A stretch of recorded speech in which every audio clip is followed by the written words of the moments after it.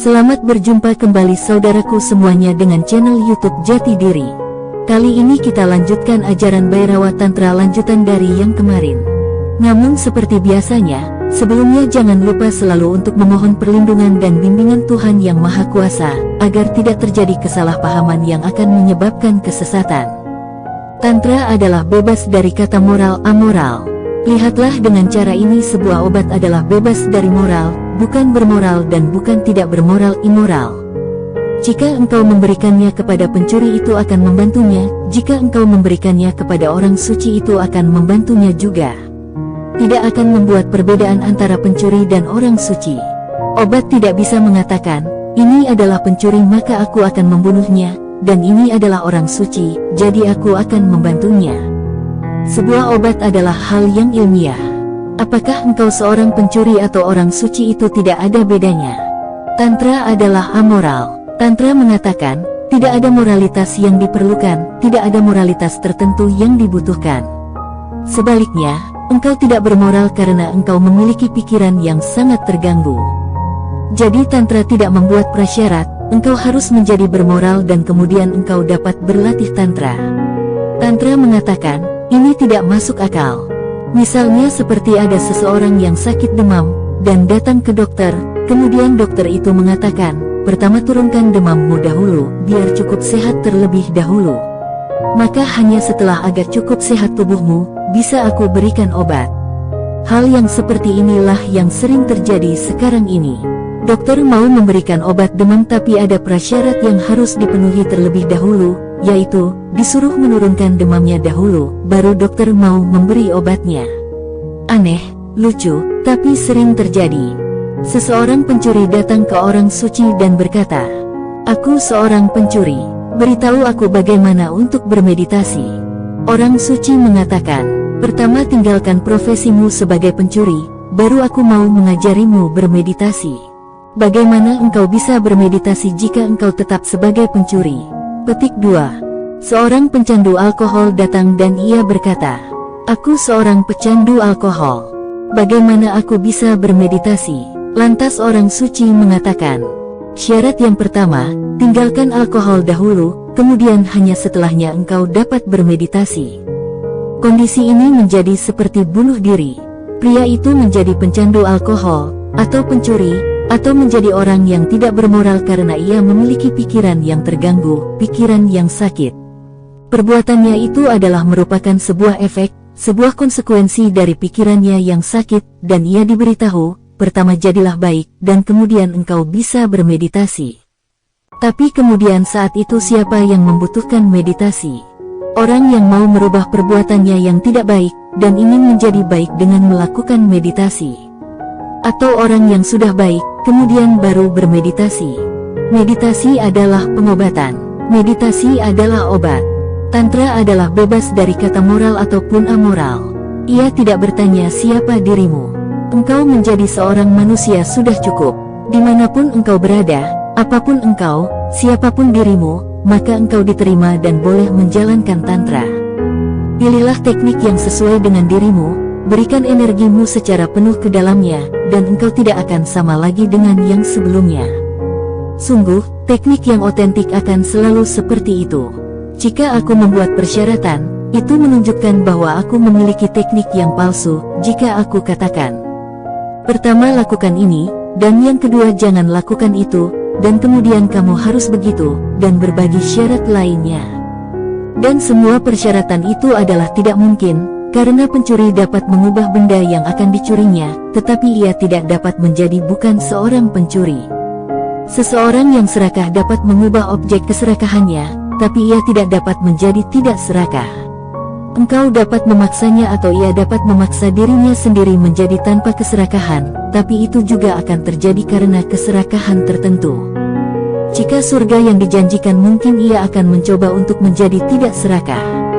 Tapi ini adalah keserakahan untuk sebuah standar kesempurnaan. Surga, moksa, pembebasan, Sacitananda, keberadaan, kesadaran, kebahagiaan, mereka akan menjadi objek keserakahannya. Tantra mengatakan, engkau tidak dapat mengubah manusia kecuali engkau memberinya teknik yang otentik untuk berubah. Jika hanya dengan khotbah tidak ada yang dapat berubah, dan engkau dapat melihat ini di seluruh dunia. Apapun yang dikatakan tantra tertulis di seluruh dunia, begitu banyak khotbah, begitu banyak moral, begitu banyak imam, pengkhotbah. Seluruh dunia ini penuh dengan mereka, namun semuanya tetap begitu tidak memberikan pengaruh yang signifikan. Mengapa ini terjadi? Hal yang sama akan terjadi jika engkau memberikan sebuah rumah sakit untuk para pengkhotbah. Mereka akan pergi ke sana dan mereka akan mulai berkhotbah. Dan mereka akan membuat setiap orang sakit merasa, engkau bersalah. Engkau telah membuat sendiri penyakit ini, sekarang ubahlah sendiri penyakit ini menjadi kesembuhan. Jika para pengkhotbah diberikan rumah sakit, akan jadi seperti apa kondisi rumah sakit tersebut? Sama seperti kondisi di seluruh dunia ini. Pengkhotbah pergi berkhotbah.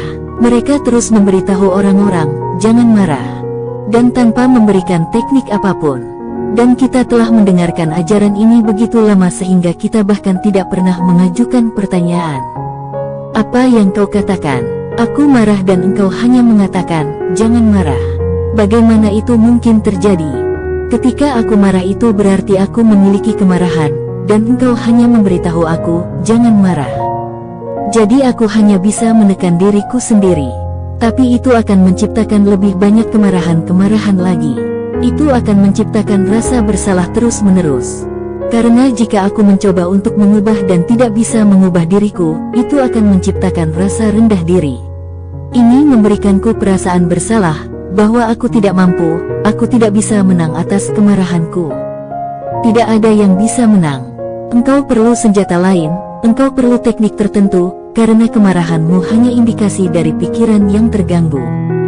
Dengan mengubah pikiran yang terganggu maka indikasi akan berubah. Kemarahan hanya menunjukkan apa yang ada di dalam. Dengan mengubah yang ada di dalam yang di luar akan berubah. Jadi tantra tidak peduli dengan apa yang disebut sebagai moralitas. Sungguh, untuk menekan moralitas berarti, sudah merendahkan, itu tidak manusiawi. Jika seseorang datang kepadaku dan berkata, tinggalkan kemarahanmu terlebih dahulu, tinggalkan nikotin terlebih dahulu, tinggalkan ini dan itu, maka aku sudah menjadi orang yang tidak manusiawi. Apa yang aku katakan adalah mustahil, dan kemustahilan itu akan membuat orang itu merasa tidak berarti di dalam dirinya.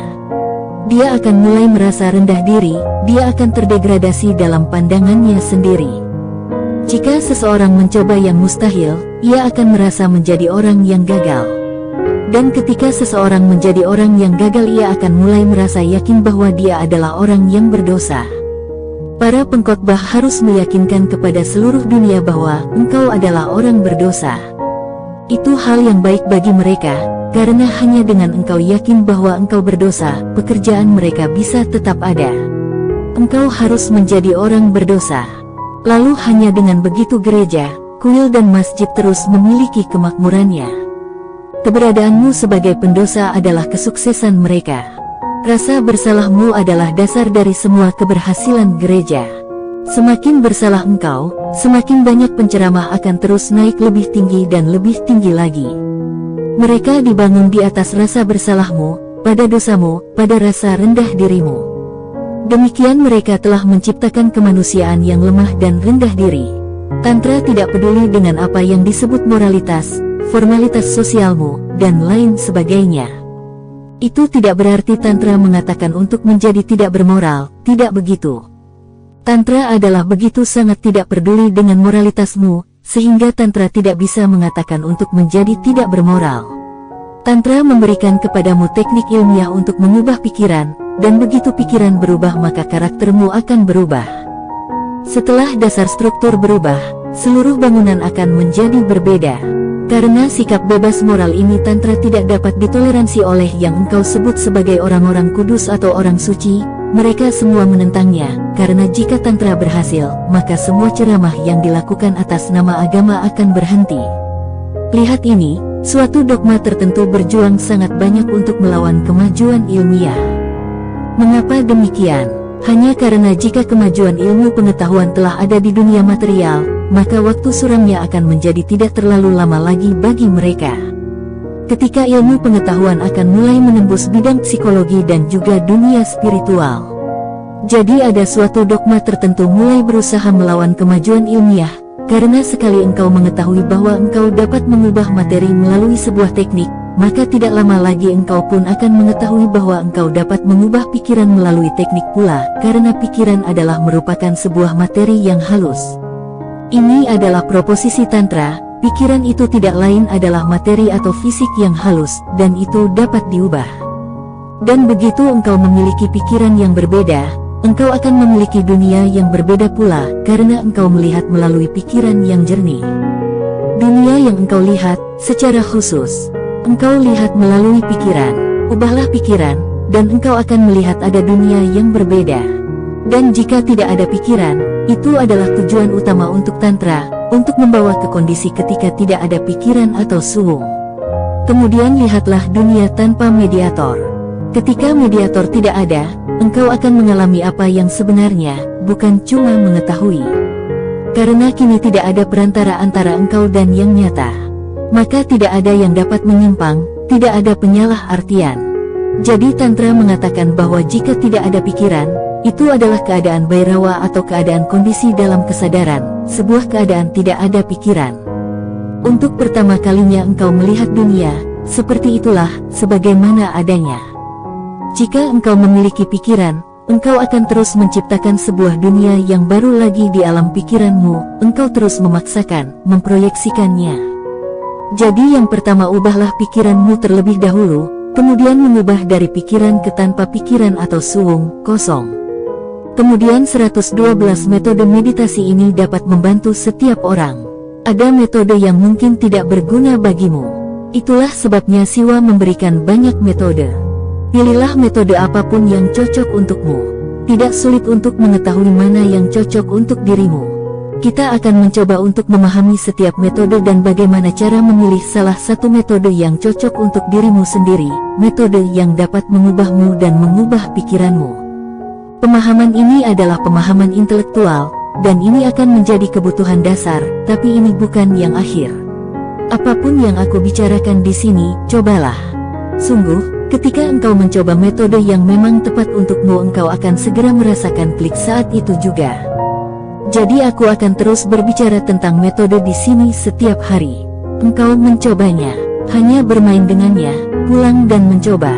Metode yang tepat denganmu, kapanpun engkau kebetulan melakukannya, itu akan klik begitu saja. Sesuatu meledak di dalam dirimu, dan engkau akan tahu bahwa ini adalah metode yang tepat untuk aku. Namun upaya tetap diperlukan, dan engkau mungkin akan terkejut ketika tiba-tiba suatu hari salah satu metode itu mencengkeramu.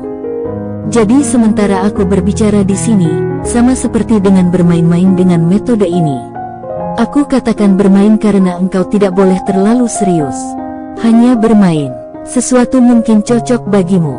Jika cocok bagimu, maka jadilah serius menekuninya, dan kemudian masuklah jauh ke dalamnya, secara intens, jujur, dengan semua energimu, dengan segenap akal budimu. Tapi sebelum itu hanya bermainlah. Aku menemukan saat sedang bermain pikiran akan lebih terbuka. Sementara saat engkau serius pikiranmu tidak begitu terbuka, ia menjadi tertutup. Jadi hanya bermainlah saat pertama kali. Jangan terlalu serius. Dan metode ini sederhana sekali, engkau dapat hanya bermain-main dengannya. Ambil satu metode dan bermain dengan itu, jalankan untuk sedikitnya 3 hari. Jika itu memberikan engkau perasaan kedekatan tertentu, jika itu memberikanmu perasaan sejahtera, jika memberikanmu perasaan bahwa ini adalah untukmu, maka jadilah serius tentang hal itu. Kemudian lupakan yang lain, jangan bermain dengan metode lain. Setia dengannya sedikitnya selama 3 bulan, jangan pindah-pindah metode dulu. Keajaiban akan menjadi mungkin. Satu-satunya hal adalah teknik itu pasti untukmu. Jika teknik ini bukan untukmu, maka tidak akan terjadi apa-apa. Kemudian engkau akan melakukannya seumur hidupmu, tapi tidak ada apapun yang akan terjadi. Jika metode ini memang untukmu, maka bahkan 3 menit saja sudah cukup. Jadi 112 metode ini dapat menjadi pengalaman penuh keajaiban untukmu, atau hanya menjadi sesuatu yang menyenangkan untuk didengar saja, itu tergantung kepadamu. Aku akan mulai menggambarkan setiap metode dari sebanyak mungkin sudut pandang. Jika engkau merasa memiliki kedekatan dengannya, bermainlah dengannya selama 3 hari. Jika engkau merasa itu cocok, sesuatu pada dirimu merasa klik dengannya, maka teruskanlah selama 3 bulan. Hidup adalah sebuah keajaiban. Jika engkau belum juga mengerti misteri itu hanya menunjukkan bahwa engkau tidak memiliki teknik tentang bagaimana cara mendekatinya. Siwa mengusulkan 112 metode, ini adalah semua metode yang mungkin. Jika tidak ada yang klik dan tidak ada yang dapat memberikan perasaan bahwa ini adalah untukmu, maka tidak ada metode yang tersisa untukmu, ingat hal ini. Kemudian lupakan spiritualitas dan berbahagialah. Maka ini bukan untukmu. Tapi 112 metode ini adalah untuk seluruh umat manusia, untuk semua masa yang telah berlalu dan untuk semua masa yang akan datang. Selama masa ini tidak pernah ada, dan tidak akan pernah ada satu orang yang dapat mengatakan, 112 metode ini semuanya tidak berguna bagiku. Mustahil. Ini tidak mungkin. Setiap jenis pikiran telah diperhitungkan. Dalam Tantra telah diberikan teknik bagi setiap jenis pikiran yang mungkin ada. Ada banyak teknik untuk manusia yang belum ada saat ini, mereka adalah untuk masa depan. Ada banyak teknik untuk manusia yang sudah tidak ada sekarang, mereka adalah untuk masa lalu. Tapi jangan takut, ada banyak metode, di mana itu adalah untuk dirimu. Jadi kita akan memulai perjalanan ini pada lain hari. Saudaraku semuanya, kita akhiri sampai di sini dulu pertemuan kita kali ini, kalau Tuhan mengizinkan kita lanjutkan di lain waktu. Dalam memahami ajaran Tantra ini Anda harus hati-hati, jangan sampai terperosok ke jurang kesesatan. Jika ada pertanyaan silahkan dituliskan di kolom komentar, atau bisa lewat WhatsApp ke nomor 087756422100. Dan akhirnya jika ada kesalahan dari kami dalam bentuk apapun mohon dimaafkan. Semoga Anda semua selalu berbahagia. Amin.